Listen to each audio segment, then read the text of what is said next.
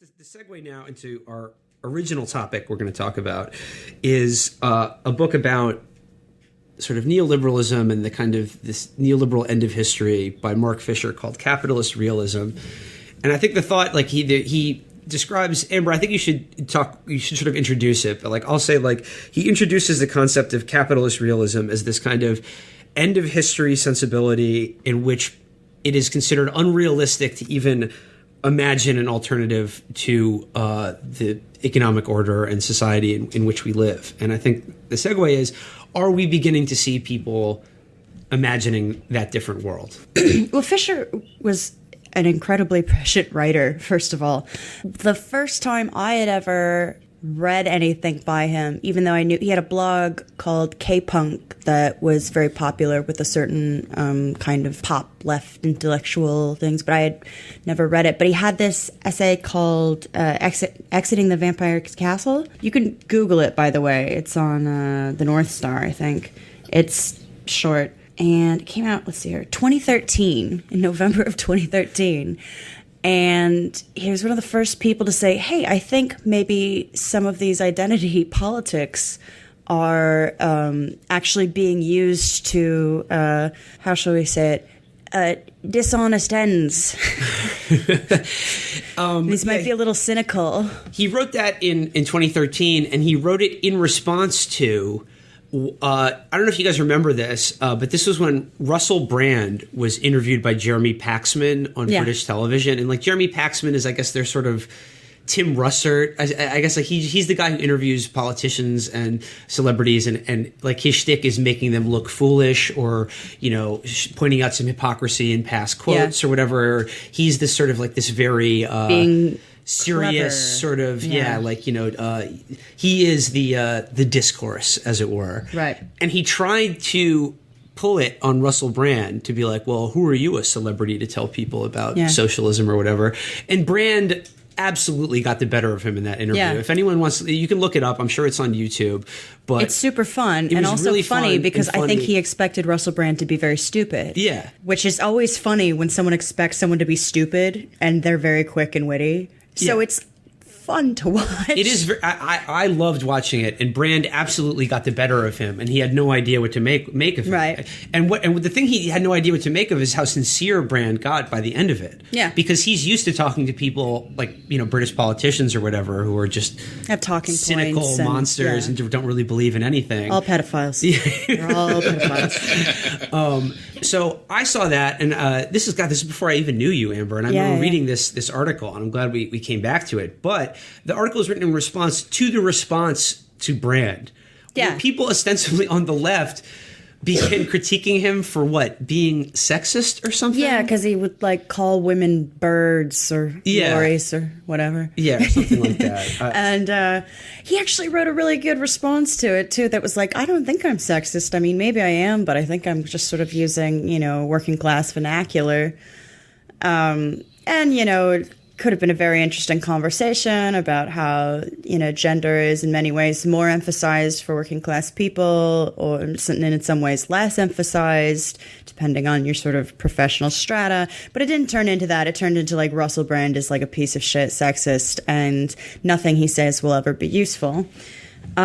So Fisher wrote what I think a very good response to it, and a very good response to the kind of emerging libidinal discourse, I believe is what he called it at the time, which is basically like Twitter freakouts and like struggle sessions and these ridiculous pylons, which still concern me today, even though they're out of vogue, but I think they still happen. Here, let me just quote from this piece. He says, I've noticed a fascinating magical inversion projection disavowal mechanism whereby the sheer mention of class is now automatically treated as if that means one is trying to downgrade the importance of race and gender. In fact, the exact opposite is the case, as the Vampire's Castle uses an ultimately liberal understanding of race and gender to obfuscate class. And he wrote this in 2013, which seems like ancient fucking history now, which is terrifying as well. And it was insane how furious people got with him, because Specifically because, like, one, like, reading this, I remember being very skeptical of this essay at the time, like, oh, it's not that bad, but I agreed with some of it. But reading it now, it's like, oh shit, he was absolutely 100% right about everything. The reaction to him was so visceral because I think he exposed a lot of these people for being, whatever, liberal Trojan horses or just plain narcissists or unhinged. I mean, there are quite a few kind of, there's a lovely kind of quilt of motivations behind, you know, this kind of liberal red baiting. But Amber, could you talk a bit about how his critique of moralism as a means for discussing these things and how it sort of damages solidarity? Yeah, I hate to just like read these excerpts or whatever, but you know, he uses this metaphor of this Gothic metaphor of the vampire's castle or whatever. It's frankly a very weird metaphor, but once you read it, it makes more sense. But the problem with the vampire's castle was set up to solve this. How do you hold immense wealth and power while also appearing as a victim, marginal and oppositional? The solution was already there in the Christian church. So the vampire castle has recourse to all the infernal strategies and dark pathologies and psychological torture instruments, which were described by Nietzsche in the Genealogy of Morals. The priesthood of bad conscience, this nest of pious guilt-mongers, is exactly what Nietzsche predicted when he said that something worse than Christianity was already on the way. and it's on Twitter. Yeah, it's Twitter is the answer to that. But like at the end of the piece, he lays out these sort of laws of the vampire castle, and I think we should go through them because I think they're an interesting way to view a lot of the annoying shit that we've talked about in the past, of these kind of false critiques of the left or whatever from, you know, liberal. Disingenuous critiques. These sort of disingenuous critiques. He says, the first law of the vampire's castle is individualize and privatize everything. And he says, while in theory it claims to be in favor of structural critique, in practice it never focuses on anything except individual behavior. Which is so obvious now.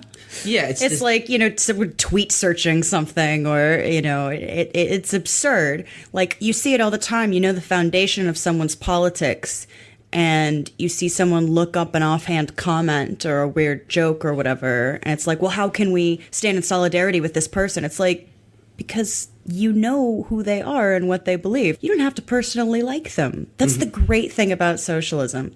But again, I can't emphasize enough, like, the tone of the essay being, like, he was not anyone in this room. He was not, like, a Chapo style guy. He was giving, like, this very, like, gentle, sweet critique that, like, revolted people and terrified them, I think, because he exposed, like, this very nasty kind of disingenuous critique.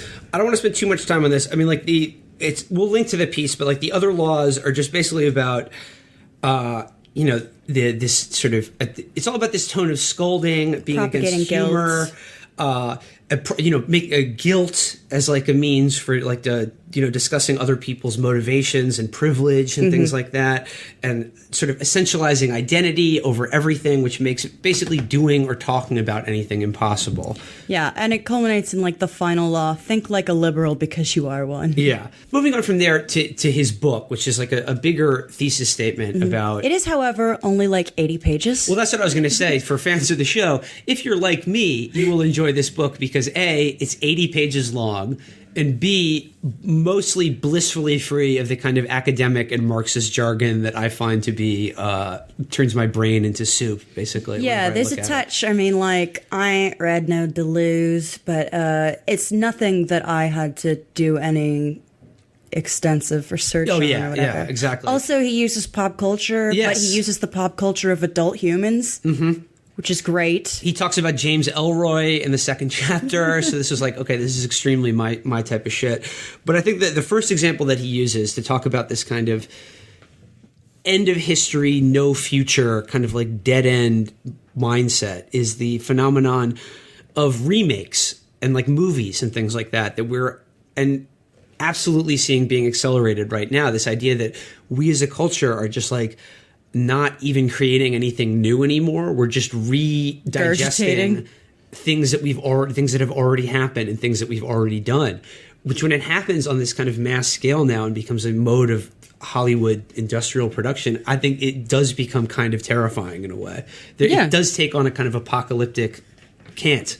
Yeah, I mean, it's like artistic cynicism. It's like, well, it's just this torpor, and entertainment, which is what it is, not art, has become so mechanized. And I don't know, there's probably an app that writes all these movies anyway, or rewrites all of these remakes anyway.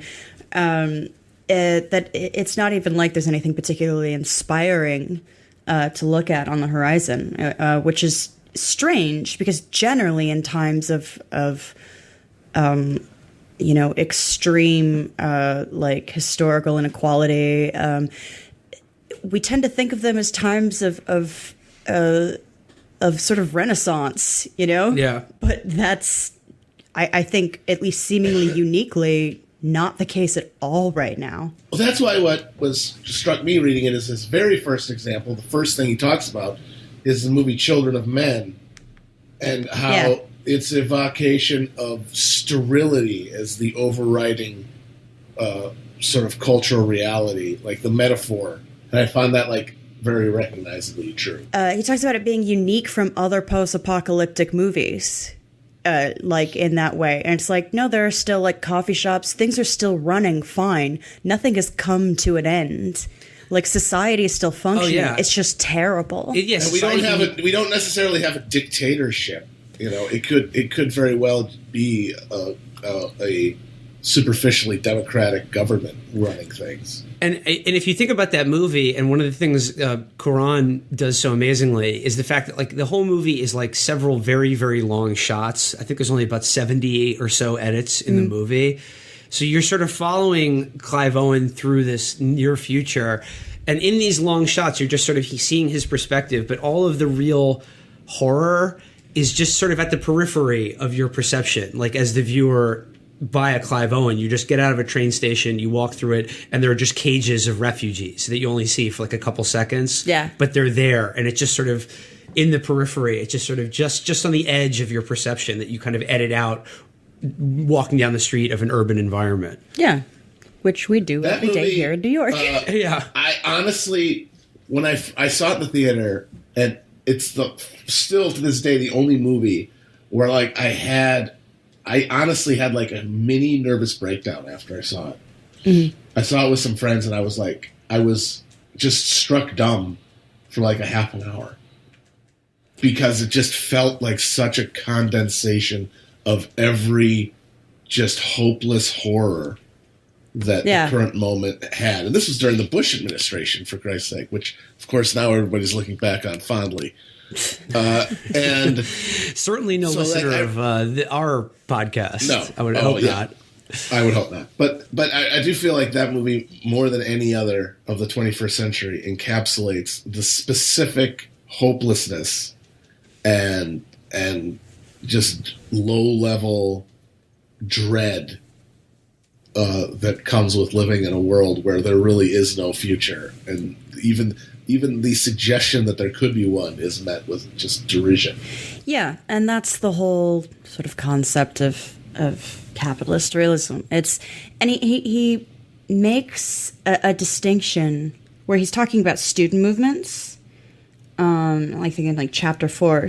And he says, by contrast with their forebears in the 1960s and 70s, British students today appear to be politically disengaged. While French students can still be found in the streets protesting against neoliberalism, British students, whose situation is incomparably worse, seem resigned to their fate.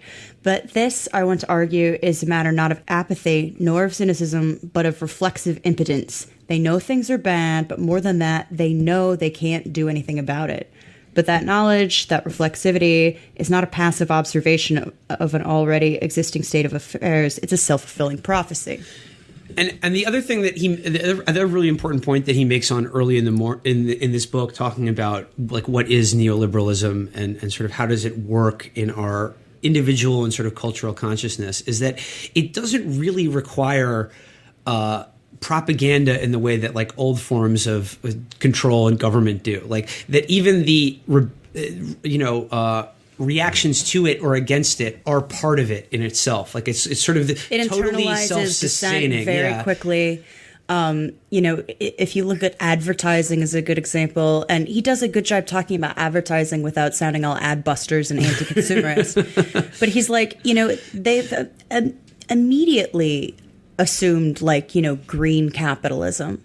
Like that popped out so quickly, and now it's like this tight machine, which is ridiculous because it's a counterintuitive concept. That one of the reasons it's so successful and has permeated so much of our lives is how effective it is at sort of absorbing everything. It's almost like a blob concept. Yeah. Which is again why it's super strange now to see people suddenly snapped into action. But he does sort of warn against when he's talking about the students, and I think he says this not dismissively, but he says, so you have French students now, and they're protesting against neoliberal cuts, and they're using 68 slogans. They're using radical slogans. He's like, but the only thing they're doing is protesting against cuts. He's like, there's no grand project on the horizon for them.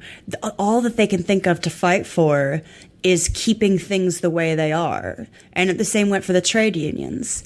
And so it's, you have French students that were in a state of, or less of a state of, I guess, reflexive impotence than, say, English students on the whole. But still, there was no great ambition. They're not 68. They're not trying to overthrow the government and replace it with something better. The most they can manage to envision is just, please don't cut our shit. I was hoping, we talked a little bit about the critique that he advances in this book, particularly about how we can think about the social roots of mental health phenomenon. And this goes back to this idea of learned impotence, which is a kind of depression, but there's also, addiction, attention deficit disorder, these very common, anxiety disorders, things like that. Increasingly common and medicated phenomenon. The sort of demand that we have to think about these things in a kind of capitalist context. Or that they are the byproducts of capitalism, basically. Yeah, Fisher struggled with mental health his whole life, and tragically, he died very recently after taking his life. But he wrote incredibly well about it. And there's one. My favorite essay of his is actually called "Good for Nothing," and it's kind of like a fail son ethos. It has sort of his analysis of his depression, written up within an analysis of capitalism. But there's this one line where he said, my depression was always tied up with the conviction that I was literally good for nothing. I spent most of my life up until the age of 30 believing that I would never work. In my 20s, I drifted between postgraduate study, periods of unemployment, and temporary jobs. In each of these roles, I felt that I didn't really belong. In postgraduate study, because I was a dilettante who had somehow faked his way through, not a proper scholar. In unemployment, because I wasn't really unemployed like those who were honestly seeking work, but a shirker. And in temporary jobs, because I felt I was performing incompetently. And in any case, I didn't really belong in these office or factory jobs, not because I was too good for them, but very much to the contrary, because I was overeducated and useless. Even when I was on a psychiatric ward, I felt I was not really depressed. I was only simulating the condition in order to avoid work, or in the infernally paradoxical logic of depression, I was simulating it in order to conceal the fact that I was not capable of working and that there was no place at all for me in society.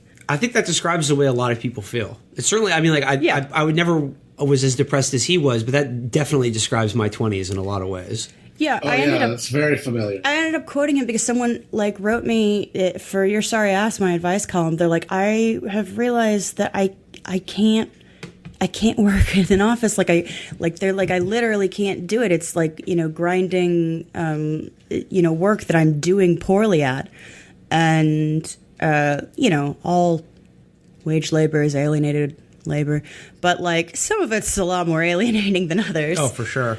And this idea of this imposter syndrome where you just feel incompetent and ineffectual and like you can never keep up is again built into this kind of neoliberal vision of people as like nomads, as like constantly justifying their own job. Everybody is an independent contractor with the rest of the world. You're constantly, and like, that's hence the acceleration of all these temporary jobs. I mean, he talks about like, precariat is like I agree, a stupid word, especially since it just describes most people. Mm-hmm.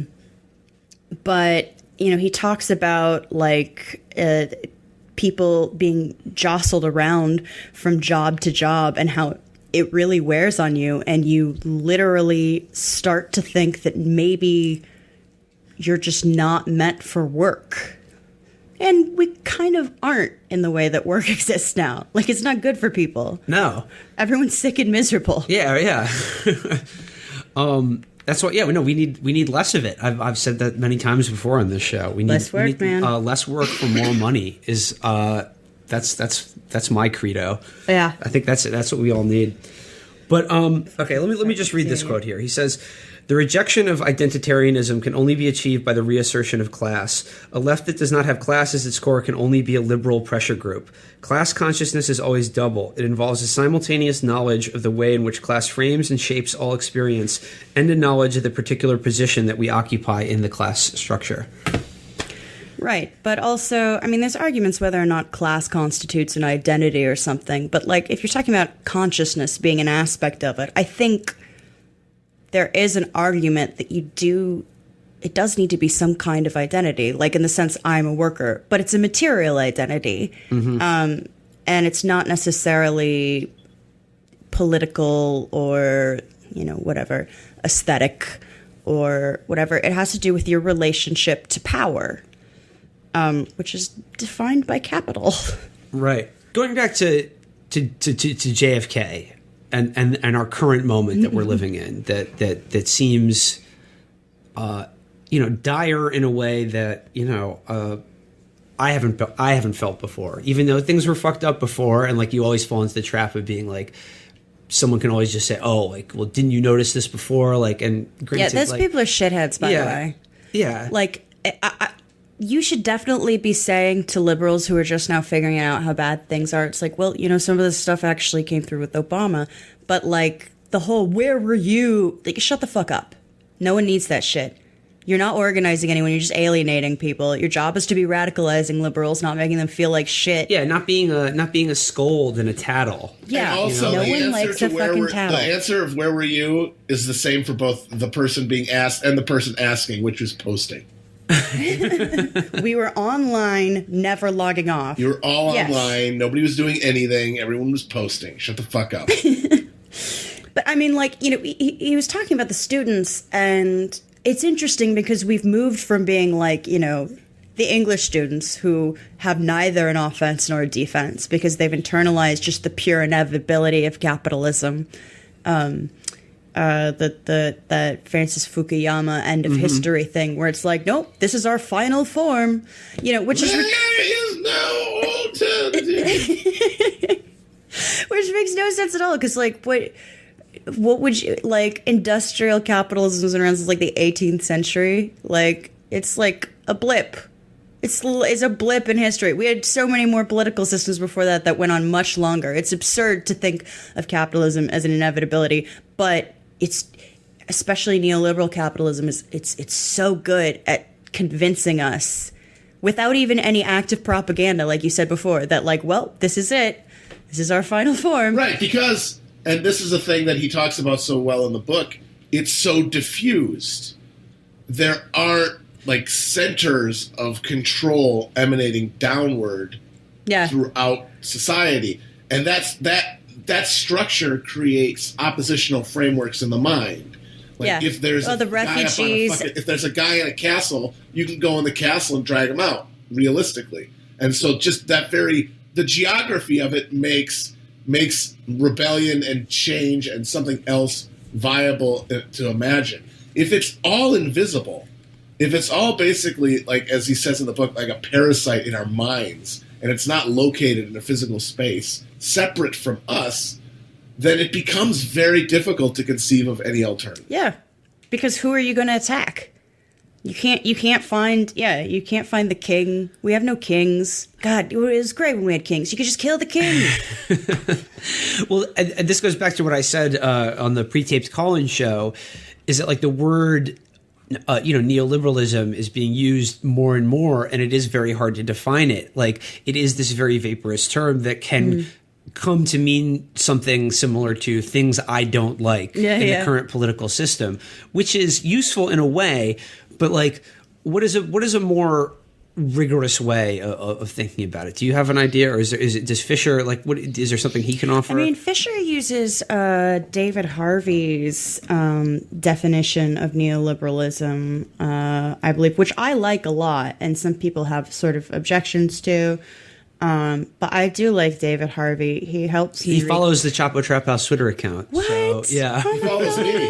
He follows me Marxist personally. grandpa? Yeah. We should have him on. I love the idea that he's seeing my Tate Plame Obungo jokes. I hope that's happening. Well, by the way, you can, if you ever want to read Capital, because it's like very big and hard, but he has Capital Volume 1. His lectures are available online for free.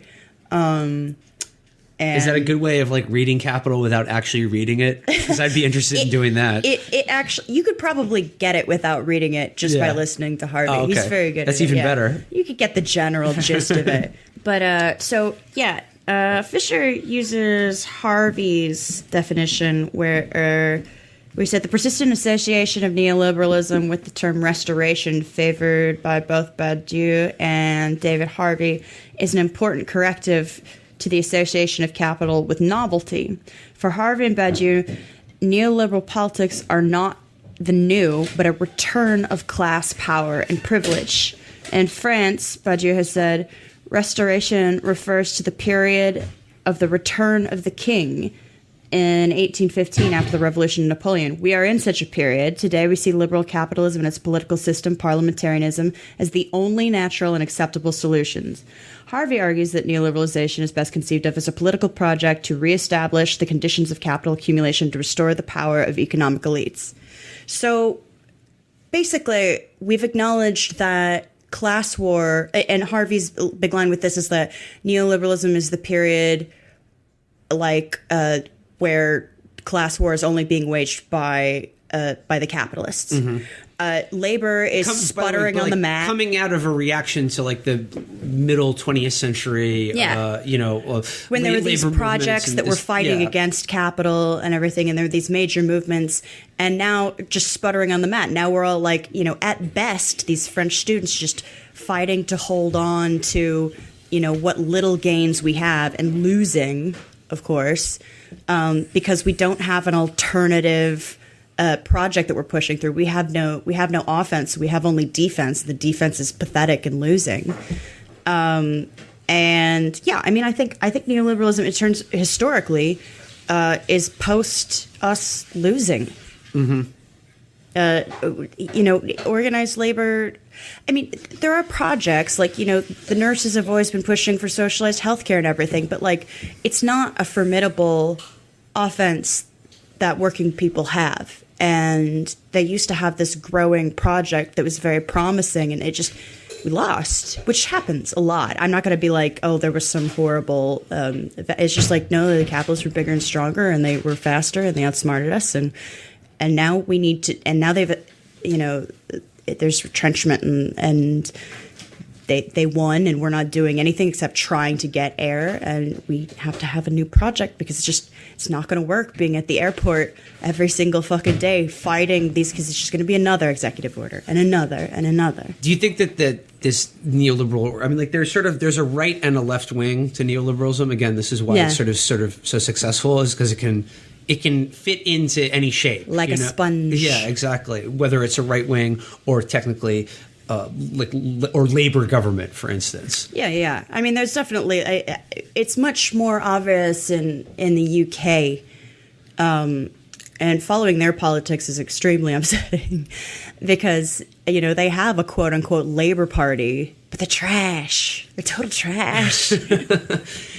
But in terms of like, you know, fighting against this or thinking about like how you as personally like fit into this, like how do you know that like you're living embedded in this, or that you're being, I always just think of like, how do we put on the they live just glasses? like the they live, but I always just think of like all of the subtle and not so subtle ways in which we're sort of encouraged to think about ourselves as these sort of individualized, atomized nodes in this big grand system where like everybody's totally free to just you know live up to their creative potential and do whatever they want, but just completely alone. Yeah, we're all just nomads and like, you know, living in tent cities. It's great. It's freeing. And that may be a way. Do you think that you're doing something different than that is doing something in solidarity in a group? Right. Right. Well, I mean, I think people do want to imagine something themselves to be working toward like a larger noble project. Mm-hmm. You know, and there are quite a few sort of options for that. But I mean, solidarity is a pretty powerful thing. And the idea that, again, like I don't want to reduce class to identity. Because it is a material relationship to power. But class consciousness, it can keep you going, and it can be helpful because we're all sick and bored and miserable and terrified all the time. It can be helpful to keep in mind that, like, this is because, you know, we're being ground into dust by our precarity and by the horrible things that we're not able to fight against because we don't have political institutions. And most importantly, it's not your fault if you feel like it's not some dysfunction in you personally. Like like all of these things are rational responses to the conditions. Yeah, it would be insane if you were extremely mentally healthy, if you were like, you know, trying to get by on 30 hours a week and then also, you know, search for another job that would give you full time so that you could get health insurance and, you know, worried about your Obamacare fucking premiums. And like, wait, that's crushing your very human brain. That's a horrible amount of stress. There's nothing stable about it. And it's difficult to think of anything else, honestly. But I don't know. I mean, I think if we ride this kind of surge of action forward and present new ideas and new demands and, you know, start to the very hard, boring work of building new institutions, I think we could get up off the mat. I think that we could exceed just having a good defense. Because at this point, too, I think we've realized, like, defense just doesn't work either. Like, we're losing ground. We can't, nothing is safe. All, even, you know, like with the bastions of social welfare states, you know, Scandinavia, they're experiencing neoliberalism too. Mm-hmm. Like, they're having cuts. Like, nothing is safe. We need something bigger. And, you know, which is the sort of the opportunity presented by the how terrifying our government is right now. Because, as I said before, they're coming for all of it. Yeah. They're coming for everything. We know what they want to do, which is basically just massively accelerate the just upward redistribution of wealth and power to them and people like them. And the only way they can do that is by taking away everyone else's rights. Because at some point, people aren't going to stand for it. And believe me, they're already going to try to massively restrict the franchise before the next election and many other democratic rights. And they're going to go after many other minority groups and basically everyone who's not them. And I guess that's the sort of, that's the thrilling part of all this, is that, you know, we have no other choice but to stop them. Yeah. Yeah. I said it online last night while I was watching the shit go down. One way or the other, this is going to be a qualitatively different country very soon. And that's scary, but it's also exhilarating, because which way it goes it's in our hands. It can be. Yeah. And that that things are different, something new and different is happening, for better or worse. Like, we are not in a static end of history Yeah. anymore. History is absolutely happening right now. And the thing is, we do have power. We're most of the people.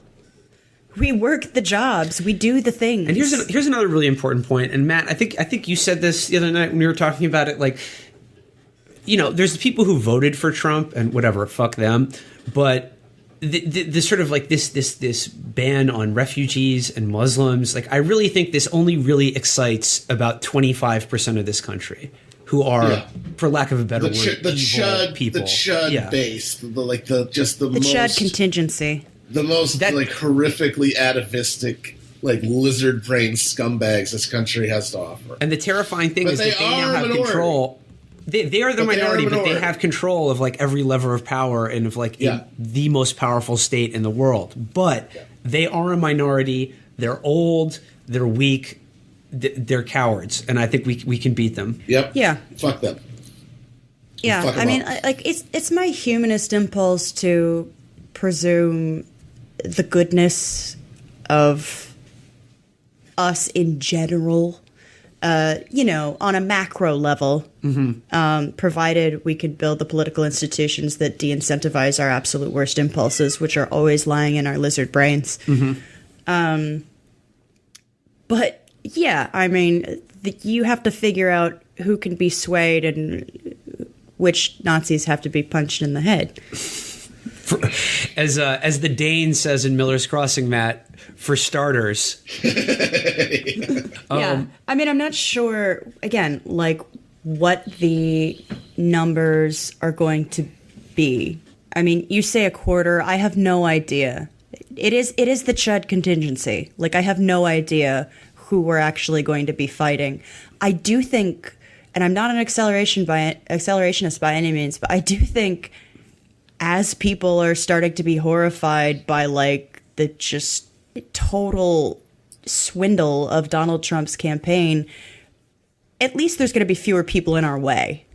Like maybe they're not going to join us in the streets, but I don't think they're not going to take to the streets on behalf of Donald Trump. They will. Yeah, I think like a good chunk of the people who supported him are just going to like be demoralized. Yeah, which is good. The disenfranchisement Go back of to the your chuds fucking will work to our shanties, advantage. Yes, absolutely. What do you say? You think that's a good place to wrap things up? We've done an hour. Yeah. You guys asked for reading recommendations. I give you something that's 80 pages. I'm an easy grader. I'm an easy grader. I'm a soft touch. I think you don't have to do a ton of work. It's got a lot of movie references, and honestly, like Fisher's a really entertaining and concise writer, and he didn't ramble in any way that gets like boring or jargony.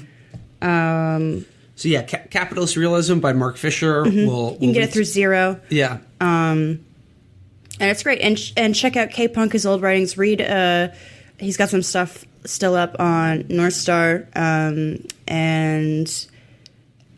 yeah, just a really great mind. And by all accounts, a really wonderful person who will be missed very dearly. And I think if you read him, he will articulate a lot of the kind of vague feelings that we all feel. Yeah, you will recognize yourself in his writing.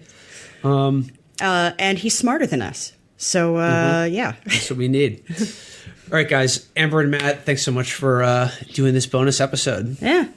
Cheers, guys. We'll talk soon. Bye. Bye.